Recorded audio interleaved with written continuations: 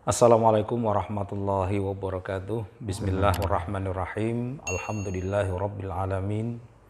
Assalatu wassalamu ala sayyidil mursalin sayyidina wa maulana Muhammadin wa ala alihi wa ashabihi ajma'in, amma ba'd. Pemirsa yang dirahmati Allah, pada kesempatan kali ini kita akan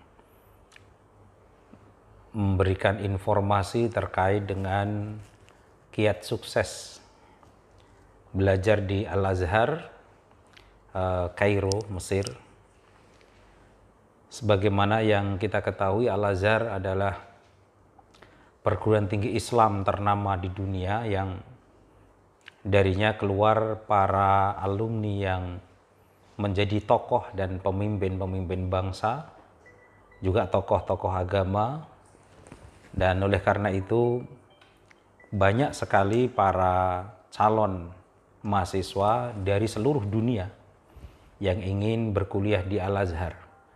Tetapi karena kurangnya informasi dari saudara-saudara kita dan juga karena kurangnya bekal tentang bagaimana sih sebenarnya mensiasati dan kuliah di Al-Azhar agar selesai tepat waktu dengan hasil yang memuaskan. Oleh karena itu kali ini kita sudah bersama Ustadz Dr. Haji Abdul Hafidz Zaid, MA. Assalamualaikum Ustadz. Waalaikumsalam warahmatullahi wabarakatuh. Beliau ini alumni Al-Azhar. Kalau tidak salah nanti kita akan bincang-bincang dan kita akan mengorek segala sesuatu yang berkaitan dengan kiat-kiat beliau secara pribadi waktu kuliah di Al-Azhar, dan saat ini beliau menjabat sebagai wakil rektor bidang kemahasiswaan kerjasama di Universitas Islam Darussalam Gontor Ponorogo. Dan beliau juga seorang dosen, narasumber, dan sekaligus seorang pakar di bidang bahasa Arab, dan beliau juga sudah mengisi seminar secara nasional dan internasional di bidangnya. Dan tentu ini sudah tidak bisa diragukan lagi tentang kepakaran beliau di bidang bahasa Arab. Ustadz, gimana Ustadz, sehat Ustadz? Alhamdulillah, alhamdulillah. Sehat walafiat. Alhamdulillah, ikut senang Ustadz. Semoga Ustadz Abdul Matin dan keluarga juga sehat. Alhamdulillah, insya Allah. Amin Ustadz. Amin. Ustadz, boleh nggak kita diberikan informasi atau tentang awal mula kenapa antum memilih Al-Azhar atau kemana, terus kemudian bidang apa dan kenapa antum milih program studi itu? Iya. Alhamdulillah, salatu wassalamu ala rasulillah wa ala alihi wa sahbihi wa mawala. Saya sangat gembira sekali bisa diundang Ustadz Abdul Matin dan bisa bincang-bincang di sini untuk sharing pengalaman tentang studi di Al-Azhar. Untuk pertanyaan pertama saya tidak bisa menjawab kenapa saya memilih Al-Azhar. Tapi untuk yang kedua dan seterusnya insya Allah saya bisa menjawab. Kenapa saya tidak bisa menjawab? Karena pada saat itu Ustadz, itu saya dan keluarga dalam kondisi yang tidak memungkinkan untuk sekolah lanjut. Jadi keluarga kami itu keluarga yang tidak mampu, tidak mungkin untuk sekolah lanjut. Akhirnya setelah lulus dari Gontor, saya memilih untuk melanjutkan studi di IPD. Itu adalah Institut Pendidikan Darussalam milik Gontor. Karena waktu itu saya ditugasi oleh Bapak Kiai untuk mengajar di Gontor, maka sekolah di IPD atau kuliah di IPD itu pun alhamdulillah tidak ada biaya sama sekali. Kemudian setelah 6 bulan berjalan, itu saya dengan beberapa orang ustadz itu ditawari oleh atau ditugasi oleh Bapak Kiai untuk mengikuti ujian beasiswa di Al-Azhar. Nah, maka dari itu pertanyaan pertama sulit saya jawab. Kenapa saya harus memilih Azhar? Karena memang saya tidak memilih sebenarnya. Oh gitu ya. Karena memang waktu itu beasiswa ada di Al-Azhar. Akhirnya alhamdulillah kami berenam saat itu diterima dengan doa santri, dengan doa guru-guru, doa kiai, dan doa orang tua. Diterima kami berenam untuk studi di Al-Azhar.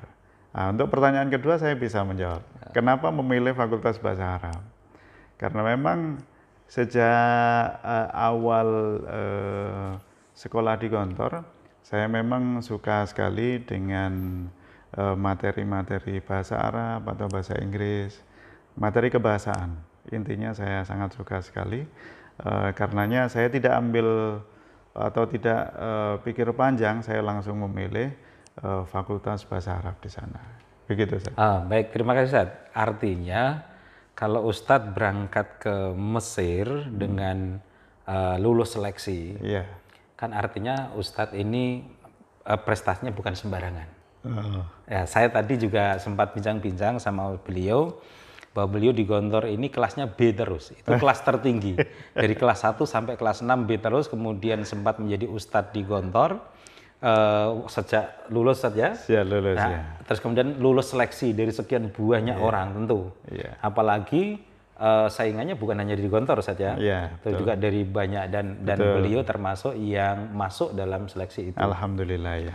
Artinya Ustadz adalah sosok yang boleh dikatakan brilian, encer lah gitu ya, encer lah gitu. Tetapi begini Ustadz, bagaimana dengan anak-anak teman-teman yang tidak seperti Ustadz? Artinya ya wajar lah kalau pinter kemudian diterima di Al-Azhar kan, lulus seleksi. Bagaimana dengan teman-teman atau anak-anak? Nanti kita lanjutkan yang terusan yang kedua saja. Mereka ingin, tetapi mereka punya keinginan kuat untuk belajar di Al-Azhar. Tetapi faktanya mereka tidak dalam tanda kutip sehebat Ustadz, bisa lulus seleksi dan seterusnya ya. Beasiswa kan itu juga bukan sesuatu yang mudah, tentu kita apresiasi itu. Lah, untuk anak-anak yang kurang prestasi, katakanlah begitu saja. Saya selama ini tidak melihat seseorang itu tidak mempunyai kemampuan yang lebih sebenarnya. Tawadhu ini saat ini.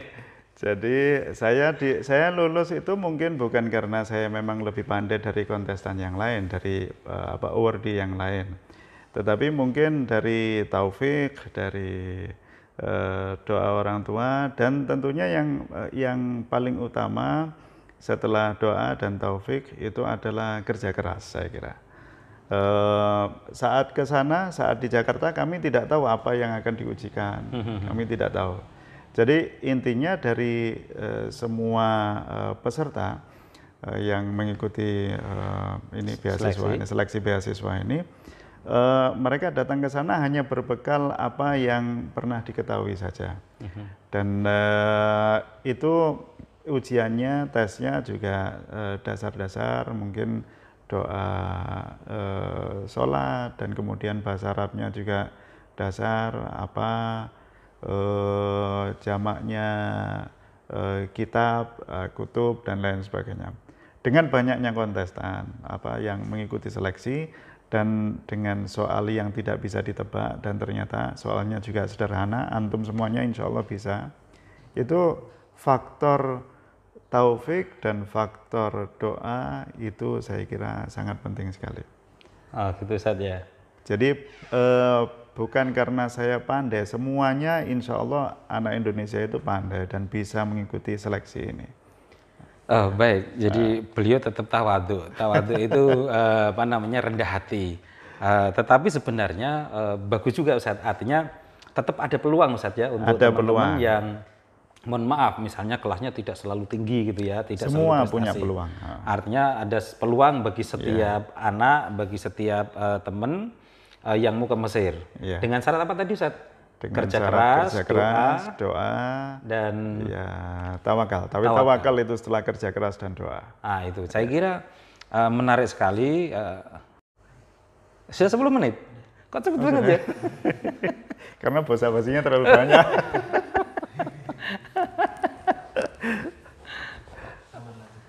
Lanjut lagi ya. Oke. Baik, ya klik.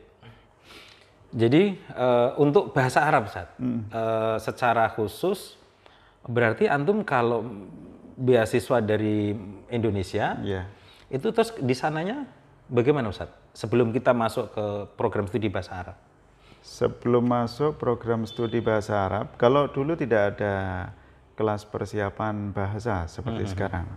Tapi alhamdulillah anak-anak Indonesia dan anak luar negeri juga, selain Indonesia maksud saya, yang masuk ke Al-Azhar mereka harus mengikuti program Daurah Lugawiyah, kursus bahasa selama 1 tahun atau kurang dari 1 tahun sesuai dengan level saat masuknya, dan mereka di training. Itu yang mahasiswa yang sekarang pergi ke Al-Azhar itu sangat beruntung sekali.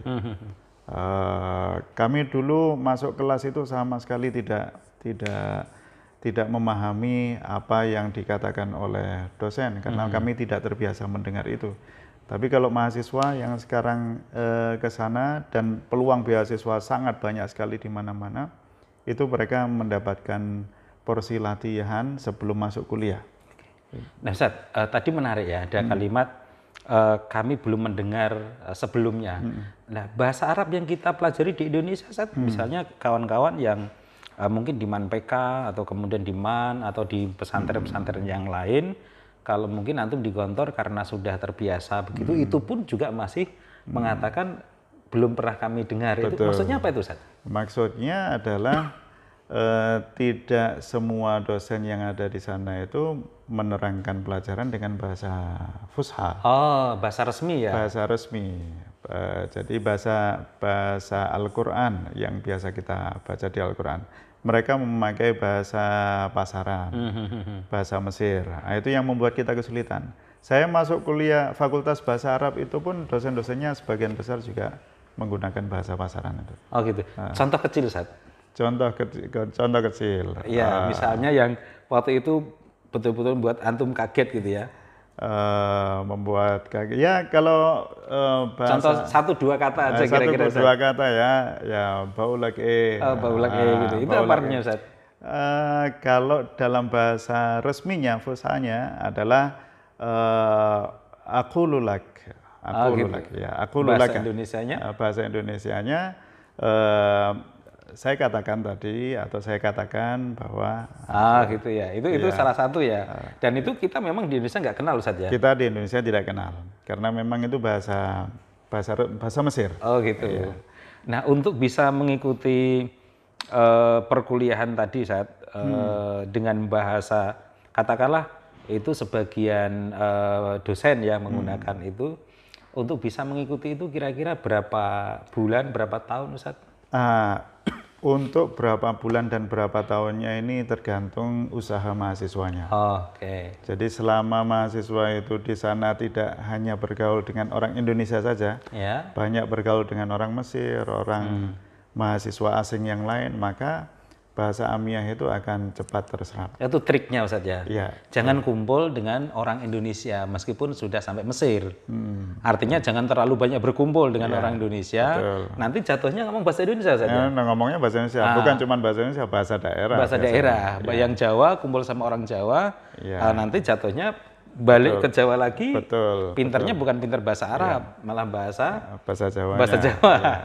Baik. Ustaz, secara spesifik, Ustaz, berarti yang antum sebutkan tadi beruntung anak-anak sekarang. Itu artinya berarti sekarang sebelum masuk kuliah mereka ada tadrib, ada pelatihan betul.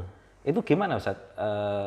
Sistemnya sekarang kira-kira yang ada beberapa level yang diterapkan oleh Al-Azhar. Untuk masuk ke level tertentu, Al-Azhar menguji terlebih dahulu, mengadakan tes dan kemudian meletakkan anak-anak itu sesuai dengan levelnya masing-masing. Maka dari itu tadi saya katakan mereka selesai daurah ini tidak sama. Ada yang karena memang masuk itu sudah levelnya intermediate, ada yang masuk levelnya advance. Maka memang tidak sama. Ada nggak yang masuknya nggak sama elementary gitu? Menurut yang saya dengar banyak. Oh banyak ya? Banyak. Ya itu tadi, artinya peluang untuk beasiswa sebenarnya untuk semuanya. Yang mereka datang ke sana yang elementary ternyata ada juga. Oh gitu ya, artinya jangan putus asa Ustaz. Jangan putus asa ya. Baik Ustaz, sekarang yang paling spesifik tadi sudah disebutkan kenapa sih masuk program studi bahasa Arab, karena kecenderungan antum ya terhadap bahasa Arab sejak dari awal masuk ke Gontor ya. Lalu kemudian apa sih Ustaz bedanya atau suka dukanya mengambil program studi bahasa Arab dengan program studi yang lain? Apakah karena apa namanya itu program studi ini menjanjikan pekerjaan, tanda kutip ya, lebih cerah masa depannya? Apakah karena motivasi-motivasi yang lain sih Ustaz? Kalau ditanya seperti itu, saya sebenarnya memilih fakultas dan memilih prodi itu tidak pernah berpikir saya akan mendapatkan pekerjaan apa dari prodi dan fakultas yang saya geluti ini. Tapi memang saya cenderung di situ dan saya selalu berpikir bahwa memang semua bidang akan dibutuhkan dan tujuan utamanya setelah kembali ke Indonesia itu adalah saya ingin meningkatkan kemampuan anak-anak Indonesia dalam bahasa Arab dan dalam memahami Al-Quran dengan bahasa Arab itu. Nah niatnya mulia sekali, jadi karena Al-Quran itu, karena bahasa Arab itu bahasa Al-Quran, untuk bisa memahamkan bagaimana Al-Quran itu bisa dipahami dengan bahasa Al-Quran. Betul. Nah, suka dukanya Ustaz? Suka dukanya, sukanya banyak sekali. Dukanya saya kira tidak ada ya, karena memang semua ini Ustadz yang ta'assub sama bahasa Arab nih, biar semuanya masuk ke bahasa Arab, gitu ya. Kata kawan-kawan yang tidak di bahasa Arab itu sulit karena selalu ada porsi hafalan yang lebih daripada fakultas-fakultas yang lain. Porsi hafalan misalnya gimana Ustaz? Misalnya di setiap materi itu kita punya materi yang harus dihafal. Di Indonesia kita tidak terbiasa untuk menghafal materi-materi itu. Bahkan banyak materi yang kita hafalkan dan kita tidak paham. Misalnya seperti syair-syair jahili, bahkan syair-syair yang modern, yang bahasanya sudah modern itu banyak yang saya secara pribadi tidak paham, tapi saya harus hafal. Oh gitu. Ya. Kenapa Ustaz? Karena memang tuntutannya adalah hafalan. Dalam ujian selain kita diminta untuk menerangkan, kita juga diminta untuk mendatangkan syair-syair itu. Jadi mau tidak mau harus dihafal. Oke. Jadi berarti di ujian-ujian itu tidak hanya sekedar mengandalkan analisis saja, tetapi juga hafalan. Tapi juga hafalan. Ya. Berarti porsi saja. Tadi antum sebutkan kata orang di luar bahasa Arab ya. Kata orang di luar program studi bahasa Arab. Program studi bahasa Arab ini rada sulit karena banyak hafalan, betul. Termasuk syair-syair jahili. Apa itu syair jahili, Ustaz? Syair jahili adalah syair-syair yang dikarang oleh para penyair sebelum masa Rasulullah. Zaman jahiliyah. Zaman jahiliyah adalah zaman sebelum Rasulullah, sebelum masa Islam. Artinya berarti itu syair-syair yang menjadi penguat bahasa Arab. Betul. Menjadi penguat bahasa Arab, sehingga anak-anak program studi bahasa Arab harus menguasai itu. Harus menguasai itu. Oke. Jadi teman-teman, anak-anak atau pemirsa bahwa suka dukanya, katakanlah sukanya banyak ya saja. Sukanya banyak tapi dukanya barangkali karena tadi itu banyak suruh, barangkali menghafal, bahkan yang dihafal kadang-kadang saat itu tidak paham. Tidak paham. Ya, tetapi harus dihafal ya. Harus dihafal ya. Ustaz, menurut antum Ustaz, perspektif tentang bahasa Arab di Indonesia setelah keluar dari Al-Azhar, kemudian membawa sertifikat, membawa ijazah, syahadah bertuliskan program studi bahasa Arab, Iya, Qismul Lughah Arabiyah ya. betul. Apa sih Ustadz yang harus dilakukan membawa bahasa Arab? Apa sih yang bisa, maksud saya gini, apa sih yang bisa dikerjakan dengan alumni bahasa Arab khususnya yang dari Mesir ya? Iya.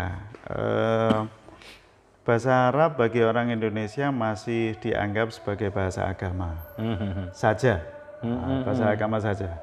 Artinya adalah orang saat mempelajari bahasa Arab itu pikirannya adalah ini saya harus sholat dan paham bacaan sholat. Saya harus membaca Al-Quran dan paham bacaan Al-Quran. Padahal dengan terbukanya dunia sekarang ini, bahasa Arab juga seperti bahasa yang lain. Dibutuhkan di seluruh bidang, di bidang ekonomi, di bidang politik, di bidang sosial, budaya, dan lain sebagainya. Itu yang dulu saat saya datang dari Mesir. Tapi sekarang alhamdulillah banyak sekali mahasiswa-mahasiswi di Indonesia ini, siswa-siswi yang sudah menyadari bahwa saya belajar bahasa Arab ini pertama kali untuk agama. Dan selanjutnya saya harus bisa bahasa Arab ini untuk bisa mengembangkan diri dalam seluruh bidang yang bisa dikembangkan. Seperti itu. Kaitannya dengan sekarang posisi antum saat sebagai wakil rektor bidang kerjasama ya. Dengan bahasa Arab tentu bahasa Inggris juga tidak kalah kan. Artinya kita fokus di bahasa Arab. Bahasa Arab, ya. Seberapa besar tuh Ustaz peran bahasa Arab yang antum miliki dalam proses aktivitas antum sebagai wakil rektor kerjasama ini? Iya, ya tentunya dalam bidang kerjasama UNIDA alhamdulillah dengan universitas yang di negara-negara Arab, baik itu di Teluk atau di Afrika, itu banyak sekali kita kerjasamanya. Dalam bentuk pertukaran pelajar, dalam bentuk pertukaran dosen dan lain sebagainya, seminar-seminar. Itu semuanya tidak akan bisa berjalan dengan baik apabila memang tidak digunakan bahasa Arab. Karena mereka ya bahasa Inggrisnya mungkin lebih baik dari saya, tapi tidak terlalu baik daripada bahasa Arabnya. Itu akan sangat bisa kita dekati mereka itu apabila kita menggunakan bahasa mereka itu. Kita saling memahami dan saling tahu apa yang dibutuhkan. Oke.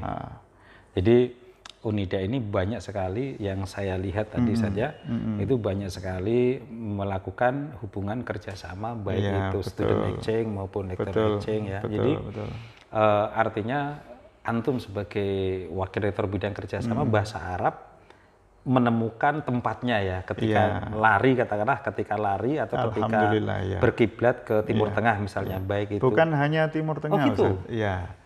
Jadi dengan negara-negara Afrika dengan negara-negara Asia Tenggara pun, dengan Malaysia, dengan Brunei, bahasa Arab. Banyak kita kerjasama dalam bidang bahasa Arab dan mereka saat berkomunikasi dengan kita dengan bahasa Arab. Ya, jadi kita pikir bahasa Arab hanya untuk di masjid. Tadi sebutkan bahasa agama itu di masjid, di musola untuk menyampaikan ceramah, khutbah. Tapi ternyata ini kan bahasa diplomasi juga, bahasa ekonomi juga, bahasa politik juga. Bahkan antum ketika diplomasi dengan rekanan-rekanan tadi itu juga dengan bahasa Arab. Dengan bahasa Arab. Oke, Ustaz. Ada satu hal yang saya dengar ya, katanya belajar di Al-Azhar ini sampai ada yang 10 tahun, ada yang 15 tahun, ada yang 8 tahun gitu ya. Nah saya dengar antum ini cuma 4 tahun, bahkan kurang ya. 4 tahun. 4 tahun. Jangan dikurangi lagi. Jangan dikurangi lagi. Jadi 4 tahun.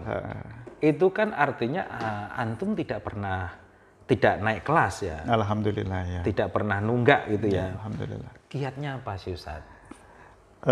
Kiatnya seperti yang saya sebutkan di awal. Semuanya bisa sebenarnya untuk menyelesaikan studi di Al-Azhar itu dalam masa yang semestinya. Masa 4 tahun. Tapi memang benar ada yang 10 tahun, 15 tahun gitu ya?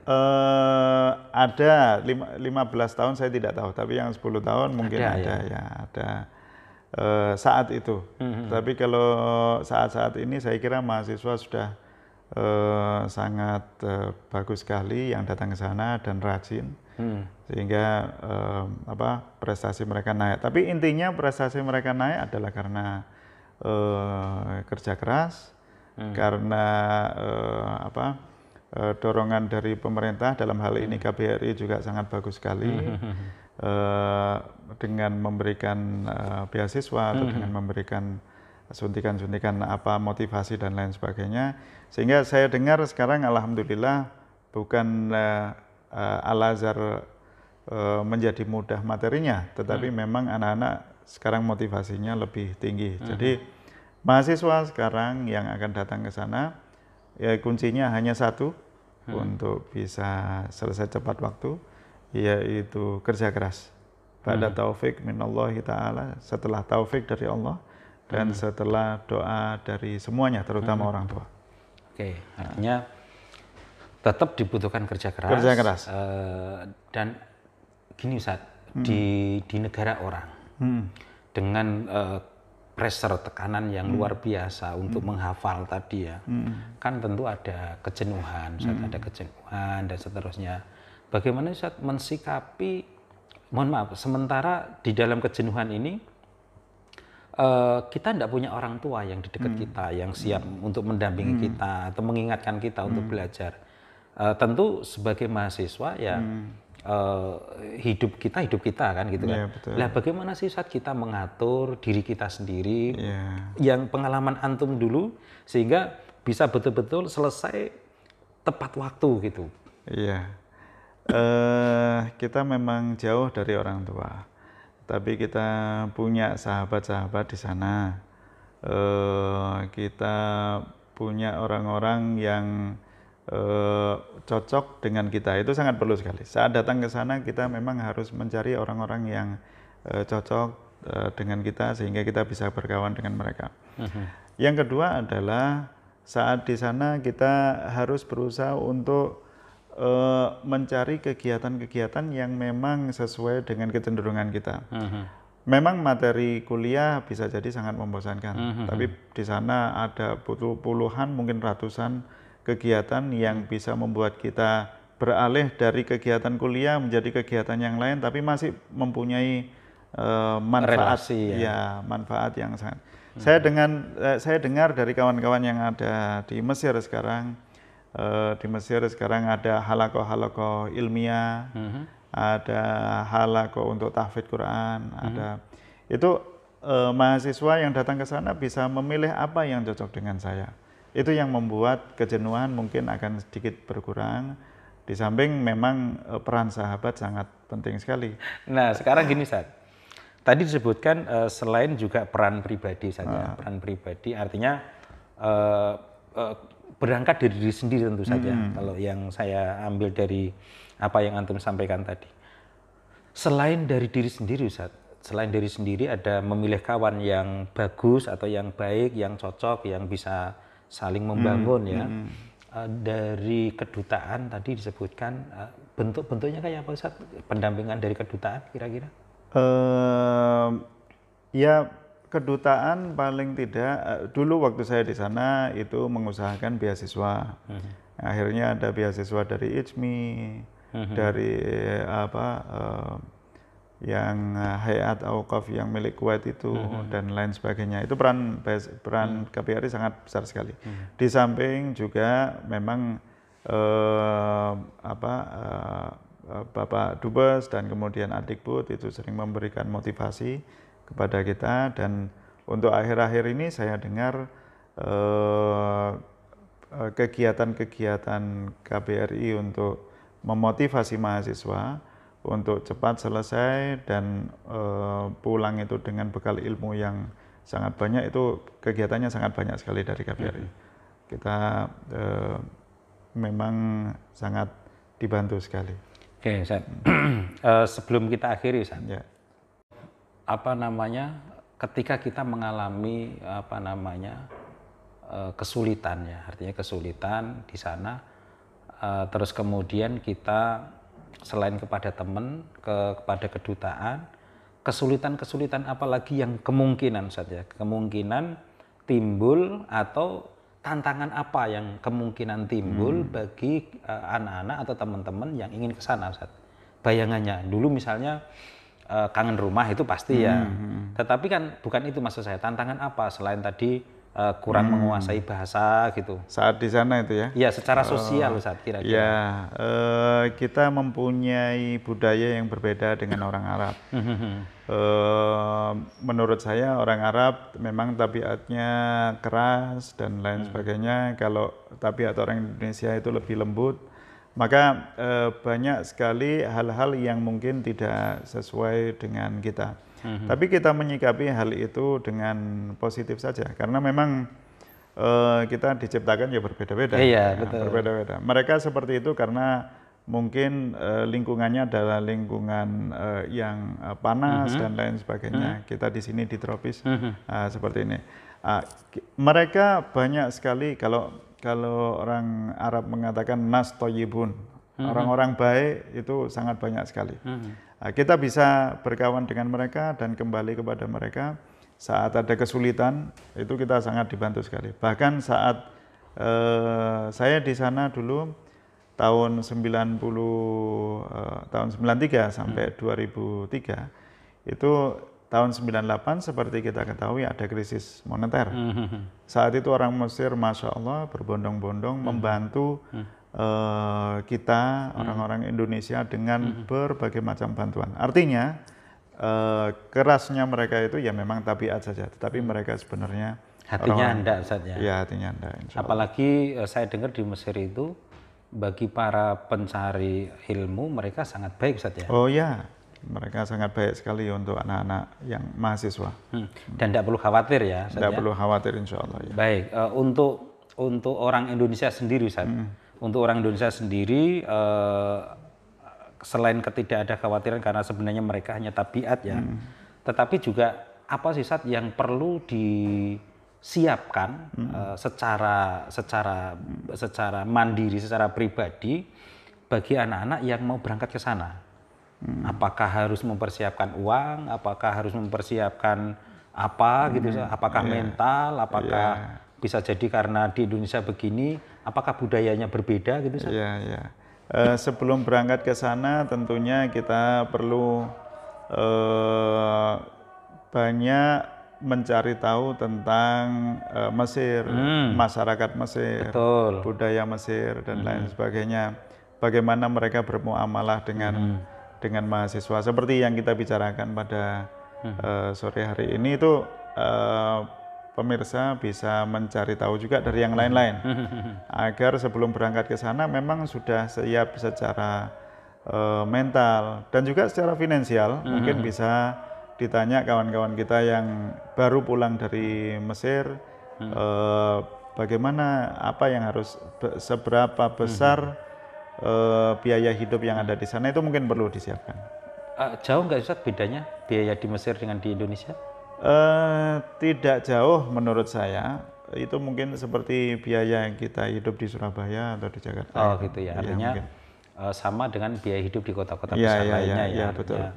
Masih terjangkau. Masih terjangkau untuk orang Indonesia. Oke, jadi hampir sama dengan biaya kuliah di Indonesia juga betul, ya. Betul.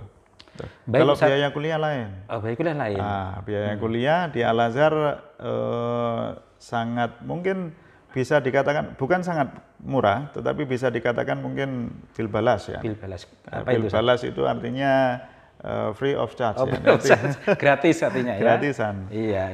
Iya, karena kita saat di sana itu setahun itu kita membayar 3,5 pon. Saat itu 3,5 pon itu sekitar Rp15.000 setiap tahun. Al-Azhar memberikan beasiswa luar biasa sekali kepada anak Indonesia. Yang perlu disiapkan adalah biaya untuk hidup di sana selain kuliah itu tadi. Oke, artinya kalau di total general itu dikalkulasi secara general bahwa biaya kuliah dengan biaya hidup sebenarnya lebih banyak biaya hidup. Biaya hidup ya. Nah, artinya kan berarti itu bisa ditekan dari pengeluaran kita masing-masing. Betul. Berarti harus ada sikap dari masing-masing saja, hemat dari masing-masing. Sebenarnya Tidak harus kaya berarti Ustaz Tidak ya? harus kaya. Tidak harus Tidak kaya, harus kaya. tetapi tetap harus ada prepare Ustaz ya, Betul, kalau di betul. luar negeri Ustaz ya. Betul, betul. Baik para pemirsa, muslimin muslimat, itu bincang-bincang kami dengan Ustadz Dr. Haji Abdul Hafidz Zaid yang MA, yang sekarang sedang menjabat sebagai Wakil Rektor Bidang Kerjasama di Universitas Islam Darussalam. Sebelum kita akhiri Ustadz, S1, S2, S1 di Al-Azhar. S1 saya di Al-Azhar, S2 di Institut Studi dan Riset Arab. Nah, itu Bahasa Arab juga Ustadz? bahasa Arab juga, itu di bawah Liga Arab. Kemudian S3-nya di UIN Malang. Di UIN Malang, beasiswa ya. Alhamdulillah. Alhamdulillah. Hari ini kita bersama orang-orang yang hebat ini ya. Jadi bukan dengan orang hebat, orang yang tidak mampu. Terima kasih Ustadz Abdul Hafidz. Syukran. Dan terima kasih juga kepada pemirsa yang sudah menyaksikan kita. Terima kasih. Barakallah fi ulumikum, Amin, barakallah amin, fi amin. hayatikum, barakallah fi amarikum, insyaallah. Amin, amin. Dan itulah sekali lagi bincang-bincang kita bersama beliau. Mudah-mudahan ada manfaatnya bagi kawan-kawan yang hendak pergi ke Mesir. Tentu banyak lagi nanti informasi-informasi yang akan kami berikan. Ini kiat beliau untuk bisa selesai dengan cepat di Al-Azhar, dan kiat beliau mensiasati kehidupan di perantauan, terutama di Mesir. Aku lu qouli hadza wa astaghfirullahal azim wa astaghfiruh innahu wal ghafurur rahim wallahul muwaffiq ila aqwamit thoriq. Wassalamualaikum warahmatullahi wabarakatuh. Waalaikumsalam warahmatullahi wabarakatuh. Makasih Ustaz.